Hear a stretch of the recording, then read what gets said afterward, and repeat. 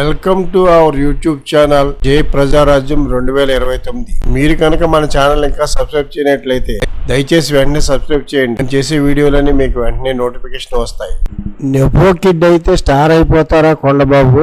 లైగర్ cinema release సమయంలో tyre 2 hero Vijay Devarakonda ఎంత over action చేశాడో తెలిసింది. ప్రీ రిలీజ్ ఫంక్షన్ లో మాట్లాడుతూ, మీకు మా అయ్యా తెలవ తాత తెలవ, అయినా సరే నా కోసం డబ్బులు పెట్టి టికెట్లు కొనుక్కుని వచ్చేస్తున్నారు అని తన ఇమేజ్ ని అతిగా ఊహించుకుని ఏదేదో మాట్లాడేశాడు.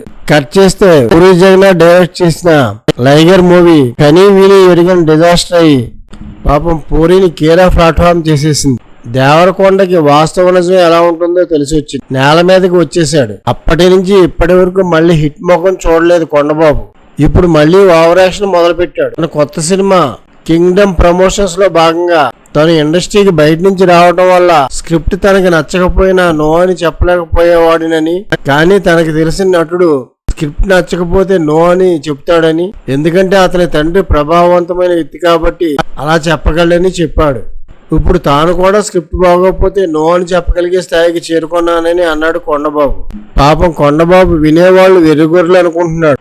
అంటే కొండబాబు చెప్పొచ్చేది ఏంటంటే తాను స్క్రిప్ట్ బాగాలేదని తెలిసినా తప్పనిసరి పరిస్థితుల్లో చేయాల్సి వచ్చిందని, అందుకే తనకు ప్రాప్లు డిజాస్టర్లు ఎక్కువ వచ్చాయని. అర్జున్ రెడ్డి, గీత గోవిందం సినిమాల విజయంతోనే విజయ్ దేవరకొండకి గుర్తింపు వచ్చింది, ఎంతో కొంత స్టార్డమ్ వచ్చింది. కొండబాబు స్క్రిప్ట్ కి నో చెప్పాలన్నా, ఇంకా ఏదైనా డిమాండ్ చేయాలన్నా అప్పుడే చేయగలడు. గీత గోవిందం తర్వాత హిట్ ముఖమే తెలియని కొండబాబుకి ఇప్పుడు ఛాన్స్ రావడే గొప్ప, ఇక నో అనే ఛాన్స్ ఎక్కడిది? అర్జున్ రెడ్డి సక్సెస్ క్రెడిట్ పూర్తిగా సందీప్ వంగాదే.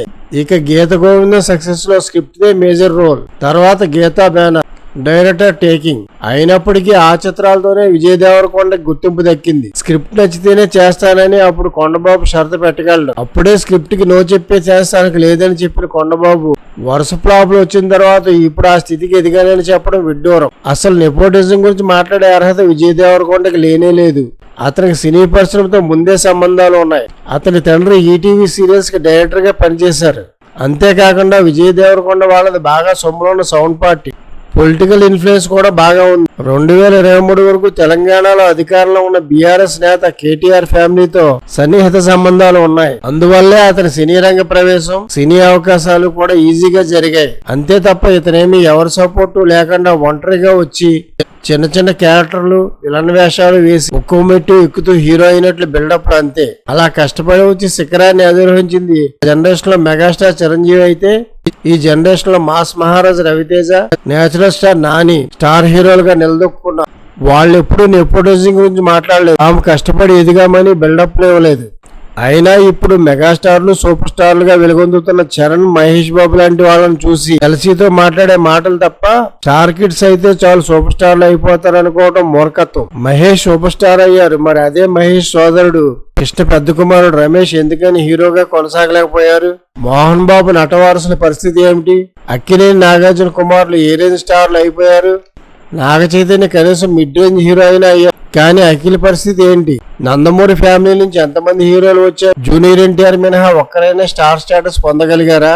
చరణ్, మహేష్, ప్రభాస్ లాంటి వాళ్ళు మాత్రమే ఆ రేంజ్ కు చేరగలిగారంటే కారణం ఏంటి? వాళ్ళ టాలెంట్, వాళ్ళ శ్రమ, వాళ్ళ క్రమశిక్షణ మాత్రమే వాళ్ళని ఆ స్థాయిలో నిలబెట్టింది, నెపోటిజం కాదు. ఇది కొండబాబు లాంటి వాళ్ళు చాలా మంది తెలుసుకోవాలి.